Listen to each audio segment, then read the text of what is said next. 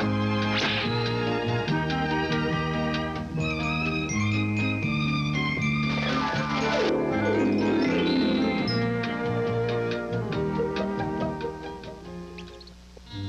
upon a time, there was a lovely young girl named Cinderella who lived with her ugly, wicked stepmother and two wicked, ugly stepsisters. Poor Cinderella was treated like a slave, forced to do all the work, while her wicked, ugly, and lazy stepsisters were pampered and spoiled and enjoyed all the good things in life. Cinderella! Do you plan to spend the entire day scrubbing the floor? You haven't washed the dishes yet, and my daughter's dresses have to be washed and ironed, and the fireplace has to be cleaned. Now, get to work! Yes, ma'am. By the time Cinderella finished all the housework, it was late and cold. While the others slept in warm feather beds, the only warm place Cinderella could find was in the fireplace, in the burnt-out ashes and cinders. And that's how she got her name, Cinderella. One day, the royal palace announced a formal dance to celebrate the birthday of the handsome young prince. The two sisters were fitted with fine, beautiful gowns for the royal ball. They wanted to look their best in hopes the prince would notice them. No, stupid! My daughters wear only golden slippers to a royal event. No wonder I won't let you go. You'd embarrass us with your stupidity. And Cinderella was left behind as everyone else went to the ball.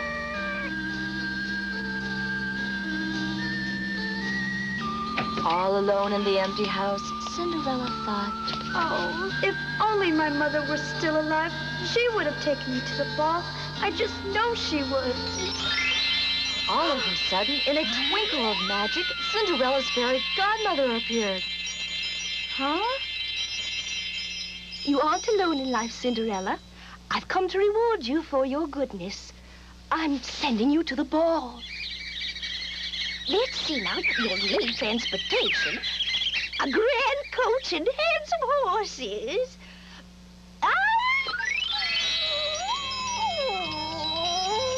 Cinderella watched in wonder as the ordinary pumpkin was turned into a beautiful coach. And the startled field mice suddenly found themselves changed into dashing white horses.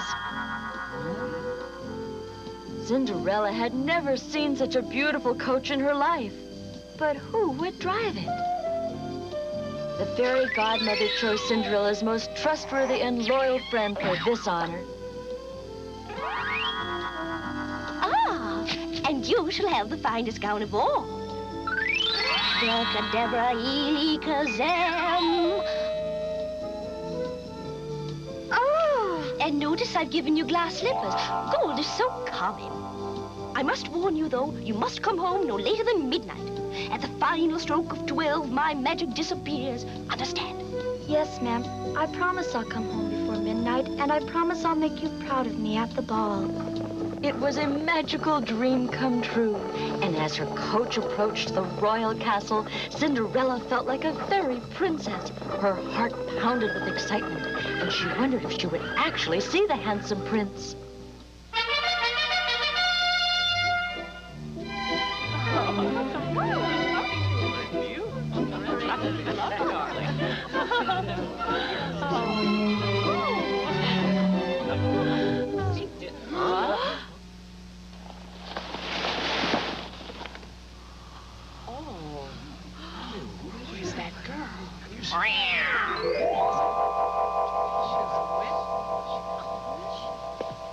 You are a vision of loveliness.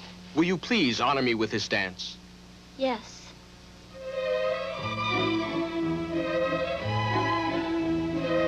The stepmother and the sisters were unbearably jealous. They wondered who this beautiful princess was and where she came from.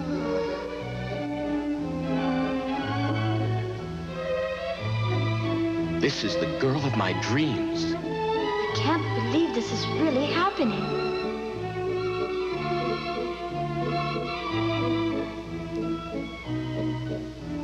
Cinderella was so happy and excited in the prince's arms. She forgot her promise to her fairy godmother.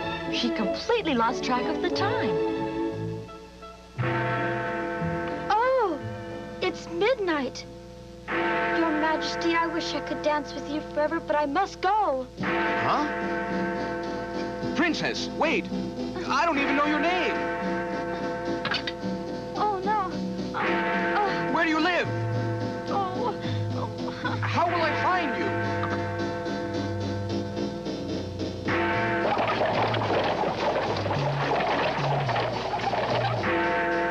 At the final stroke of 12, just as the fairy godmother had warned, her magic disappeared and everything returned to its original form.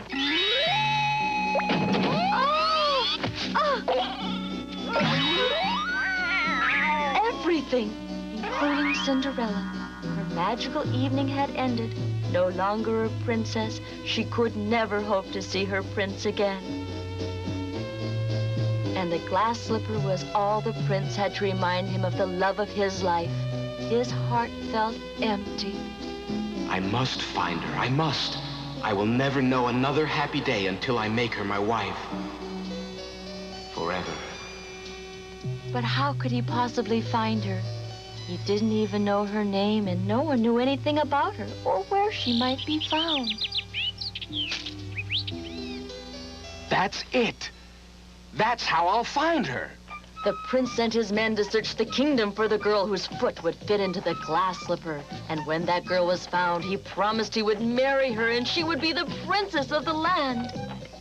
Naturally, the sisters hoped they could make the slipper fit and the prince would have to keep his promise. The elder sister was the first to try the slipper on, but her foot was much too small. Shoot! The younger sister's foot was much too big. Oh, give it up! The stepmother forbid Cinderella to even try the slipper on, but the king's man insisted the prince had ordered every girl to try. So Cinderella obeyed. Of course, it was a perfect fit. It's perfect. You're the girl the prince has searched all over the kingdom for. You are the dream princess. It must be a mistake, sir. I'm not a princess. I'm just a poor, common, dirty working girl. I don't think so. Huh? Your Majesty. You're the one, the princess who danced with me. No, I'm just a humble, ordinary girl. Darling, it wasn't your dress or your jewels that I loved. It was the kindness and tender love that I saw in your eyes. Oh. And I love you too. The prince knew this was the girl he wanted to marry and to cherish and to have by his side forever. So Cinderella became a real princess, and the royal palace was filled with their love as the two of them cherished one another. The fairy godmother blessed their marriage, happy to see that her magic was no longer needed, because true love is the greatest magic of all.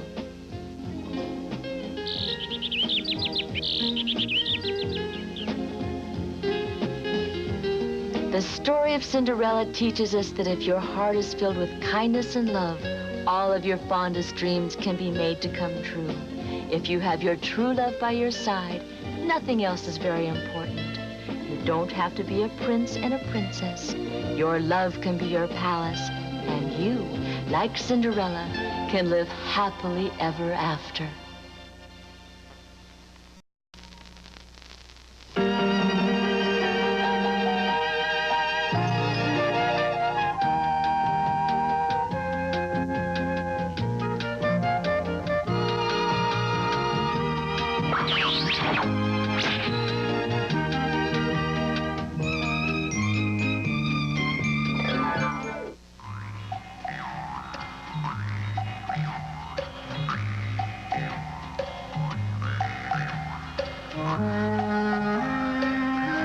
Once upon a time, beside a beautiful mountain lake on a peaceful morning in spring, a mother duck sat contentedly on her nest, awaiting a blessed event, the miracle of hatching.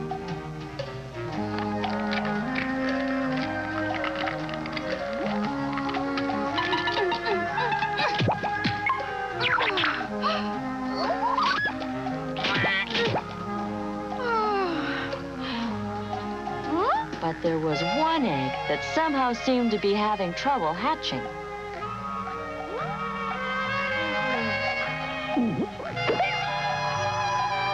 My, what beautiful babies. Aren't you glad to see them so healthy?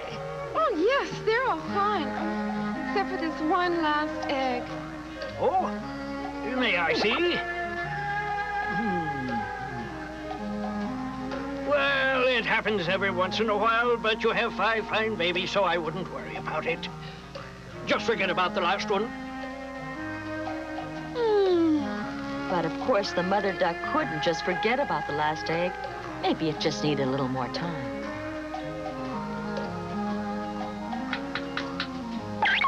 Sure enough, the mother's patience is about to be rewarded.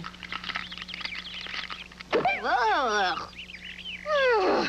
Good heavens, I've never seen such an ugly duckling. Whatever in the world could be wrong with it? Hi!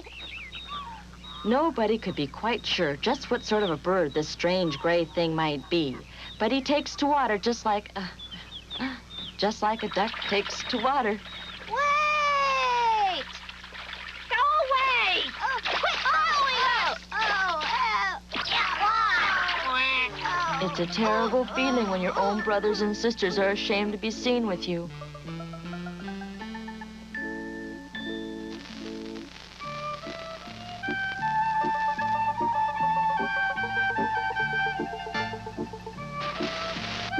The ugly gray duckling couldn't sleep. He was lonely, confused, and so sad. Why am I so ugly when everybody else is so beautiful? Well, I guess I shouldn't stay where I'm not wanted. Wow, look at them! They must be the most beautiful creatures in the world. Gosh, I wonder where they're going. I sure wish they'd take me with them. Hey, wait! Take me with you, please! Wait! Since he couldn't fly, he would have to follow the beautiful creatures on foot. He walked and walked and walked and walked until he was so tired he didn't think he could take another step. He decided he would have to look for a place to lie down and rest for a while.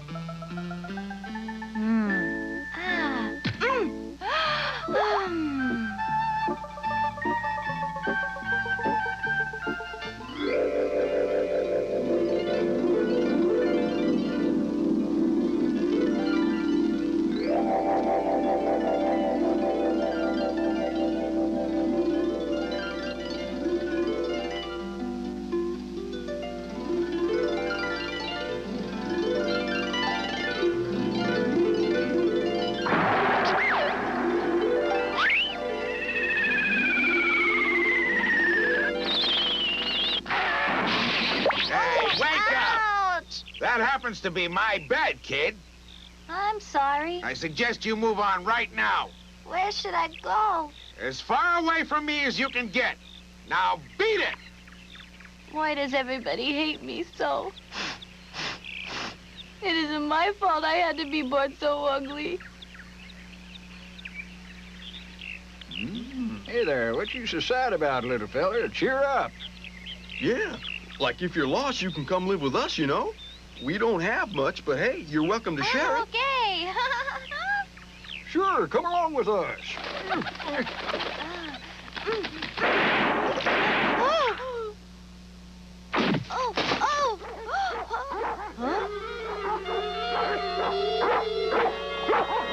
What was happening? What are those fearsome animals with such scary eyes? And they're coming this way.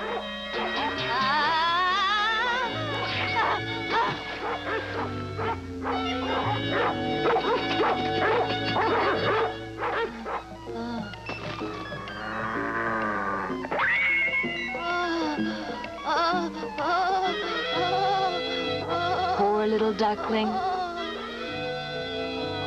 For the first time in his life, someone had been kind to him, and this was their reward. It seemed to be the little duckling's fate to wander the lonely world all by himself for the rest of his life. As spring turned to summer, and summer turned to fall, and then came the most difficult season of all, winter. Cold, lonely, sad winter.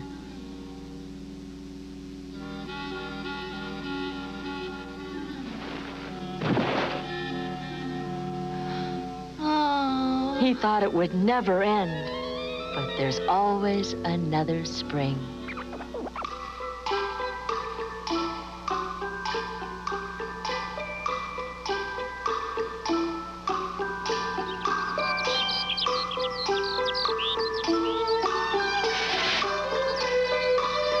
Oh, the water looked wonderful after all that ice and snow. He couldn't wait to swim again. The fish were happy to see spring arrive, too. The duckling watched them with envy. They didn't have to swim alone. They had friends all around them, but they weren't ugly.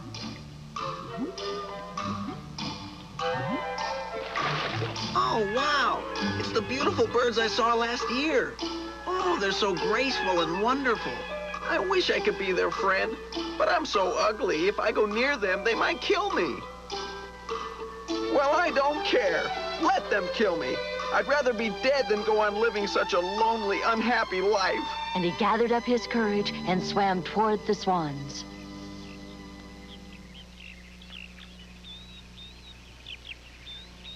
Excuse me. You're so beautiful. I just had to see you up close. You can kill me if you want to. I don't care. What a peculiar thing to say. Would you mind telling me why in the world I might want to kill you? Because I'm so ugly. Everybody hates me. I want so much to be your friend. But I know you wouldn't want an ugly thing like me around. I understand. What are you talking about? Who told you that you were ugly? Now, go look in the ice mirror and see for yourself what you really look like. The duckling did as he was told and looked into the ice mirror. Huh? Is that really me? Of course, you're a beautiful young swan. Now stop being silly and come play with us. Wow.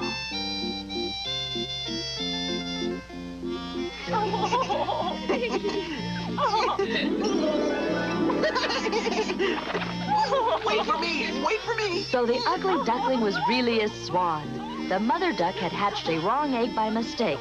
And just because he was different, the other ducks had been mean and called him ugly. When they see how beautiful he is now, they'll be sorry and jealous of the ugly duckling who grew up to be a beautiful swan. And of course, he lived happily ever after. The story of the ugly duckling reminds us we shouldn't feel sad if we're different from other people, because being different can be a wonderful thing.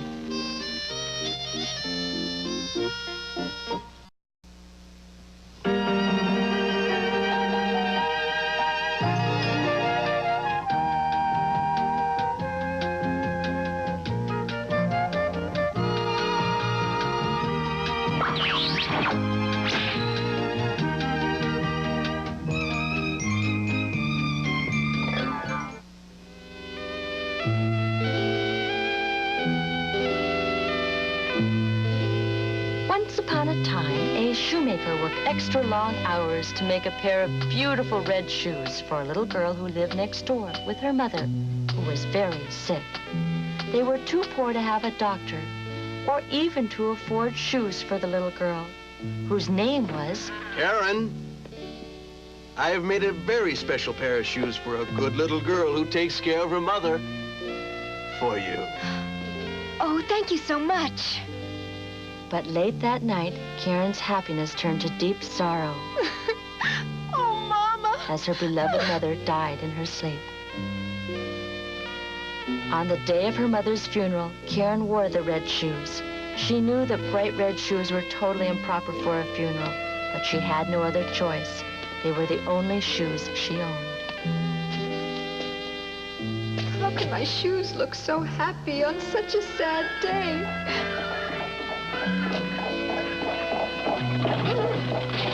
Poor little girl. And all alone. Oh, you poor darling. When the lady learned that Karen had become an orphan, her heart was touched. She took Karen home with her and arranged with the minister at her church to adopt Karen as her very own daughter. Karen thought surely it was the beautiful red shoes that had brought her so much good fortune and happiness. Karen's new home was the largest, loveliest house she'd ever seen, and her new mother bought her beautiful clothes and hired a private teacher to educate her. But Karen was very unhappy because her favorite shoes were considered too dirty to wear, and they were destroyed in the fireplace. Not a day went by without Karen thinking about the red shoes and longing for them. If only I could wear them again, I know they'd make me happy.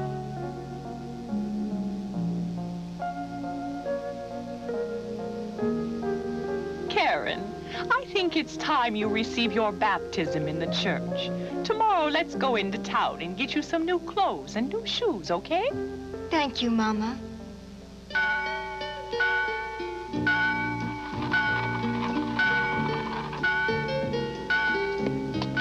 At the shoe store, Karen spotted a pair of red shoes.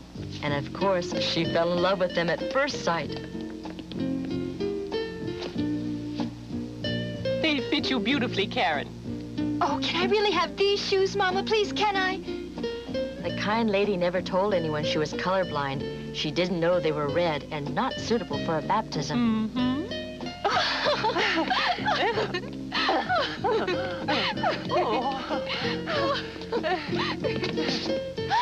Huh?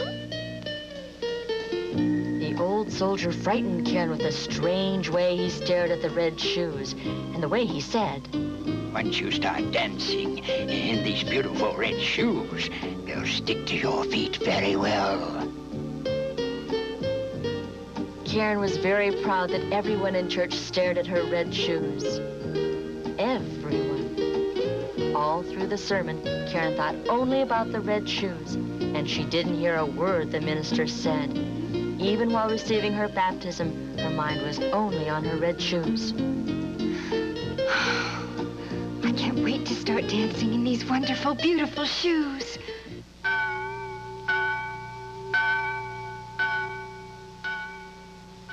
Outside the church, the old soldier again spoke to Karen. They are beautiful dancing shoes. Karen felt a strange urge, and she tried dancing a little step then and there. All of a sudden...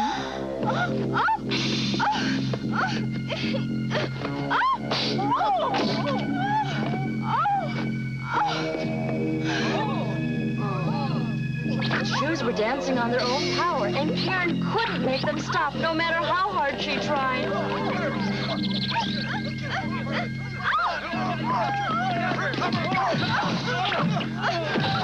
It took several large men a great deal of struggling to hold Karen down and to get those red shoes off her feet. Those mysterious red shoes would be put away in a closet after this. Soon after that, the kind lady became sick and couldn't leave her bed. Karen was very grateful to her adopted mother and did her best to take care of her. But the postman brought Karen an invitation to an exciting dance party in town, and soon Karen's mind could think of nothing but her red shoes and how wonderful it would be to dance again.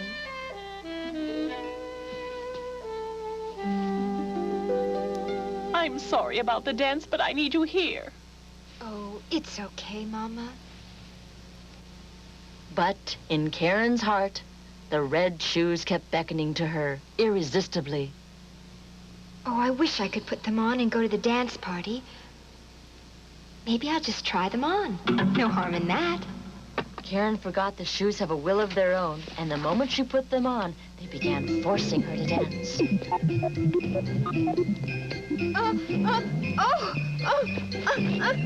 Oh, Karen! I can't help myself. And Karen danced off to the party, leaving her mother alone.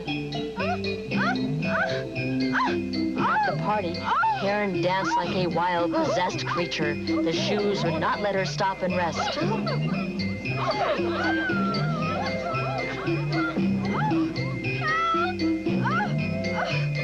On and on she danced, away from the party, out of town, and deep into the forest beyond.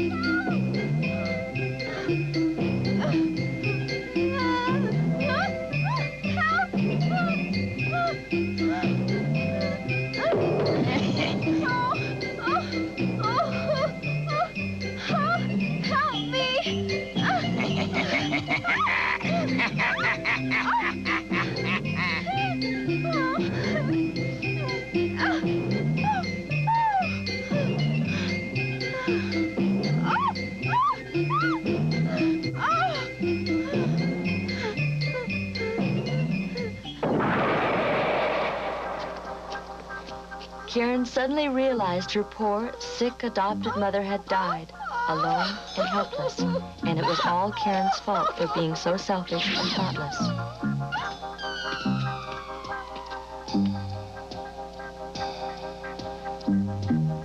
It's my fault. I never should have left her alone in the house. Oh, dear God, forgive me for the great wrong I've done. Please take me instead and let her live. Take me to where my adopted mother is, dear God.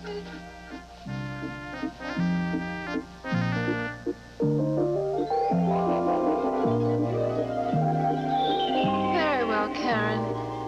Come with me. Don't be afraid.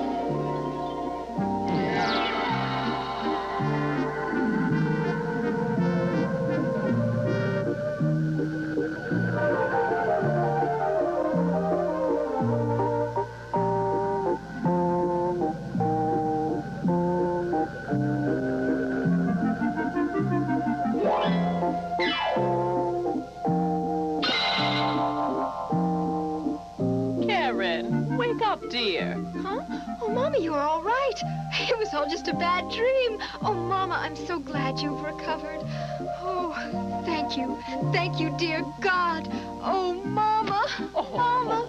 Since that day, Karen never again neglected her responsibilities, and the red shoes are locked away safely in a place where there is no danger that anyone will ever find them again.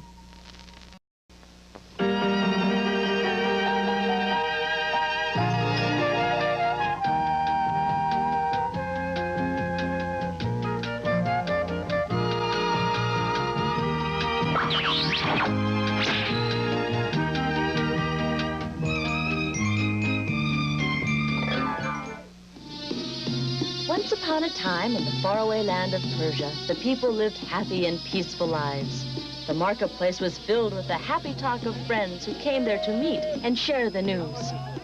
But this day, bad news gallops from the desert, bringing trouble into everyone's lives.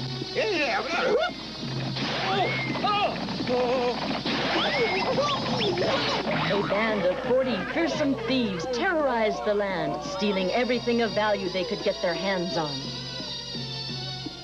It just isn't safe anywhere these days. Even for a poor man like me, who has nothing, those 40 thieves figure is worth making the effort of stealing away from me. This poor, honest, and hard-working man is Ali Baba. He works as a hired hand for a rich man named Kasim. Today, Ali Baba works in the forest, chopping firewood for the wealthy Kasim's great palace. I wish I were rich like Master Kasim so I wouldn't have to work so hard. Huh? Sounds like an army. Oh, my gosh.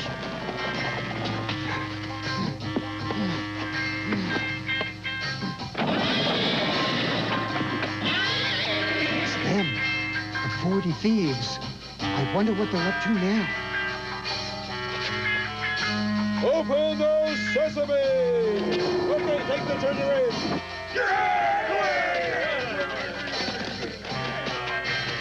Aha, that cave is the secret hiding place where they store all their stolen treasures. Close those sesame!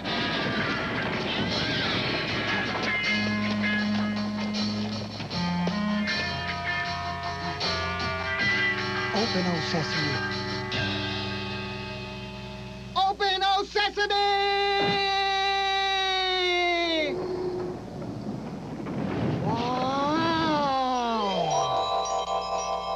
This must be all the money and gold and diamonds and rubies and emeralds in the whole wide world. Ali Baba chose the finest necklace in the treasure as a gift for Morgiana, his truest true love. Oh, yeah. Morgiana was Kasim's favorite servant, and he did not want her to leave him to marry Ali Baba. But Morgiana dreamed of nothing else. Morgiana, my one and only true love. Ali Baba! Oh, Ali Baba! Morgiana, wait till you see the beautiful present I brought for you. Here. It's beautiful. Ali Baba!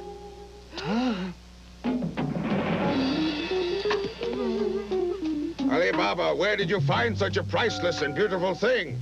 Huh? You'd better tell me, huh? Ali Baba would not tell him unless Kasim first made a promise. I will tell you only if you first give Morgiana and me permission to get married. Morgiana is my favorite servant, but I'd much rather have the treasure. All right, you may have Morgiana, but the treasure will have to be all mine, and mine alone.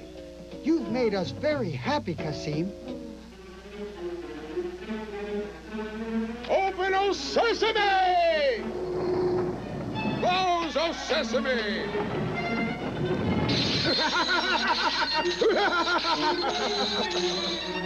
Oh, my gosh! What were the magic code words? I've forgotten them in my excitement. Don't think of it, you'll be trapped forever. Some kind of grain or seed. Open, O wheat germ! Open, O barley corn! Oatmeal! Open, O whatever! Sesame! Sesame, that's it.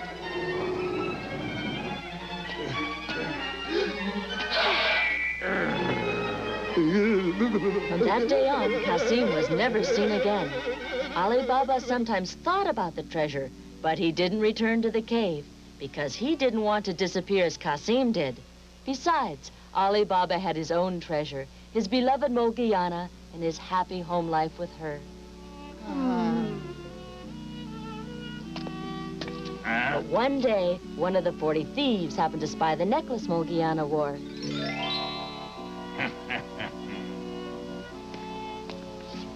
He placed a mark on Ali Baba's door, but Morgiana knew what this meant. And after a moment of thought, she devised a clever plan. She would turn the bandits' trick against them. Morgiana waited until it got dark. Then she went all over town and painted the same bandit's mark on every door in town. That should do the trick.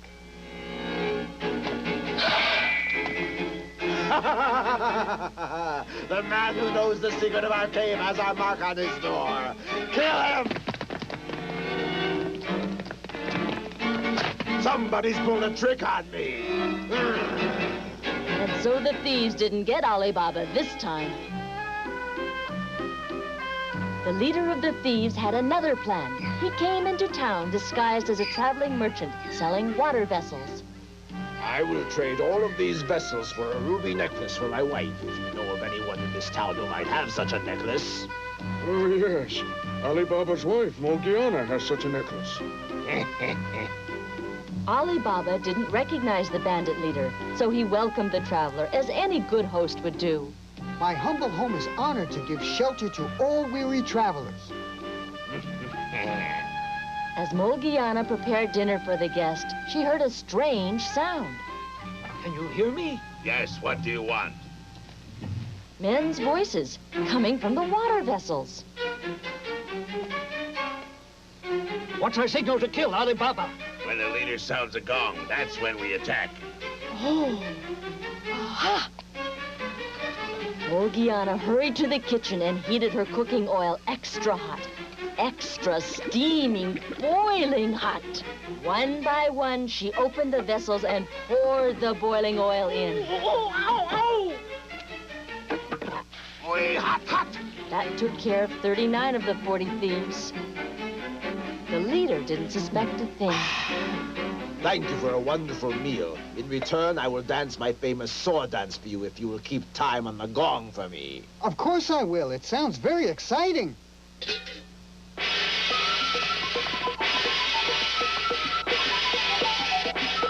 Where are those stupid fools? Can't they hear the signal to attack and kill?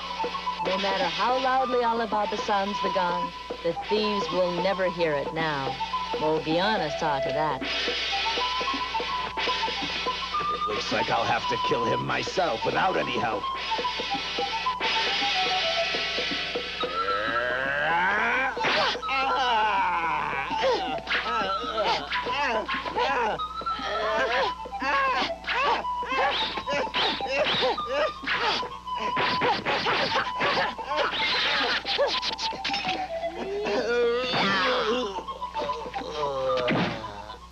Smokey, what have you done? I can't believe it! Before you say anything more, see if you recognize his face.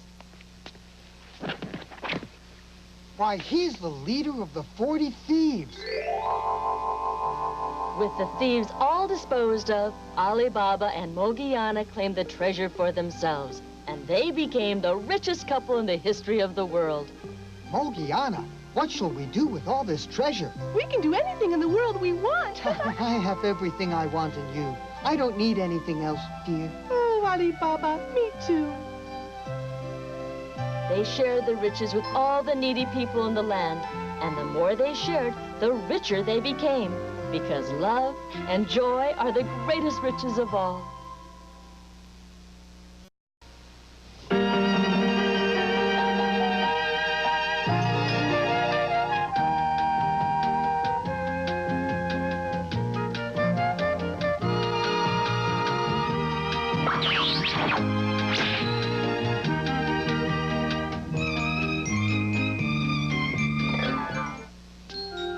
This story is called the Bremen Town Musicians because it takes place in a town called Bremen, which is in Germany. The musicians in this story are a very unusual group, but let's start at the beginning of the story. Once upon a time, there was an old donkey who worked very hard all his life, carrying heavy loads for his master. When he was young and strong, the work was easy, but now he was old. His strength was failing, and he just couldn't work as hard as he used to. You lazy, useless creature! If you don't want to work anymore, you're no good to me! Why don't you just go away somewhere and die? Left alone in his stall to starve to death, the poor old donkey dreams of the happy good old days when he was young and carefree. Ah, those were the days. His master was pleased with him and treated him kindly. His happiest memory of all was the time his master took him to Bremen, where there was a big festival with music and dancing and games and all kinds of happy fun for everyone. Come, my friend, let's drink, dance, celebrate, and have a good time. That was the happiest day of his life. Oh, to live it again. That's what I'll do. I'll become a musician and play with the animal band. He started walking to Bremen that very day. On his way there, he met a very unhappy old dog. What's the matter with you, old fellow? You look like you're really suffering. Yeah, it's the old story. I've been a hunting dog all my life, and a darn good one, too. But these days, I just don't have it anymore. The old pep is gone, and I can't keep up the pace like I used to. Wild game make a fool out of me. I give it all I got. I just can't make these tired old bones keep going. You lazy, worthless mutt! I should kill you! Get out of my sight and don't come back! I don't blame him. I've gotten so old, I'm useless to everybody, including myself. I know what you mean, but I just might be able to help you. How? Why don't you come with me to Bremen to join the animal band? Good idea. So the two of them set out for Bremen together. And on their way, they met another tired and homeless old-timer. A poor, tired cat who had grown too old to chase mice anymore. The donkey told him about the animal band in Bremen and invited the cat to come with them. On the way, they were joined by still another friend, a poor, tired, homeless, and lonely old rooster. Naturally, they didn't travel very fast, so by the time the sun was setting, the four friends were still deep in the forest. They were in no hurry, though, and there were no cruel and ungrateful masters to rush them. So they just looked for a nice, comfortable place and settled down to spend the night there. The forest was quiet and peaceful, the perfect place to get a good night's sleep. Except for a strange, distant sound that finally woke the rooster up. Hmm? Well, I'll be darned. Hey, you guys, there's a light over there. It looks like a house. A house? There's no houses in the middle of the forest. We better take a look. Slowly, the animals sneaked toward the light. It was a house. How strange. They wondered what kind of people lived hidden away so deep in the woods. We made a good haul today. Drink to our success. A good haul? Who said crime doesn't pay?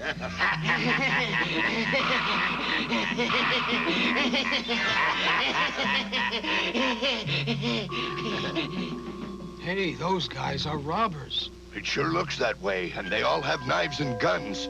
We better get away from here fast. That's a very good idea. But did you get a look at all that food in there? It sure looks mighty delicious, doesn't it? What do you think? Well, now, I am awful hungry. Same here. Hunger can make people take desperate chances, and all that food sure looked good. Okay. I think it might be worth a try. The donkey had a plan, which he whispered to his 3 hungry friends.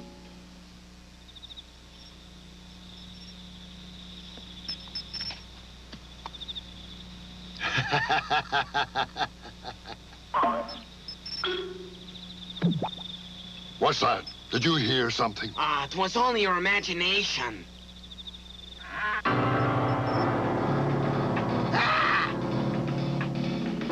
It's a monster!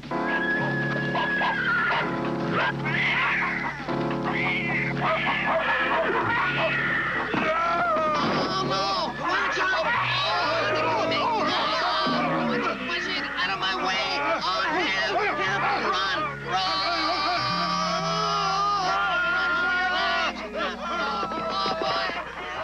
And so, the 4 hungry animal friends enjoyed the first good meal they'd had in days. It was wonderful. Meantime, the robbers had had time to conquer their fears and to gather their wits, and their leader was very angry about this whole situation. We're supposed to be the robbers around here, and we've been robbed.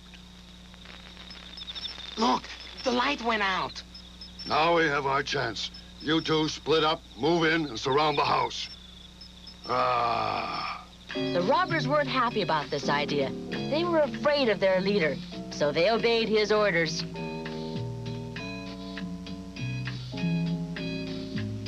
The animals, after their big dinner, were so sound asleep, it wasn't difficult to sneak up on them. They were unaware of the danger that was approaching them.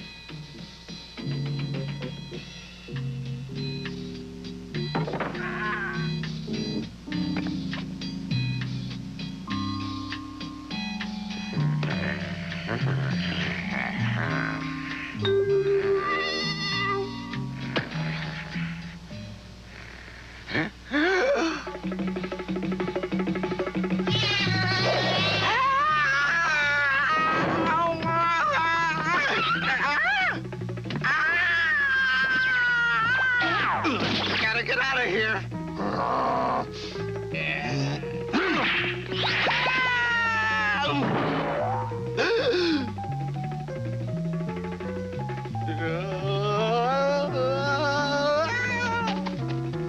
How dare you disobey my orders? Get back to that house right now. Oh, please don't make me go back to that place, boss. What in the world's wrong with you, man? Oh, boss, that whole house is full of witches, demons, goblins, and ghosts. What?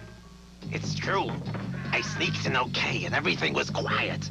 But it was too dark to see, so I lit a match. And that's when it happened.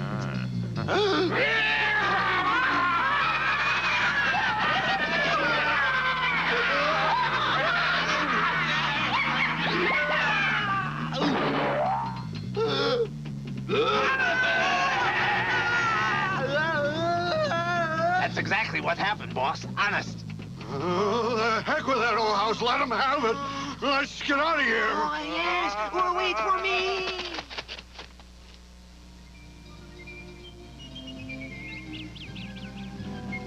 The robbers never went near that house again, so the 4 animal friends finally had a home of their own, where they worked for themselves instead of for cruel masters. They practiced their music every day, and their little band became the best animal band anyone had ever heard. Every year they were invited to the big festival in Bremen, and every year they won all the top prizes. They loved their music, their home, and each other, and they lived happily ever after.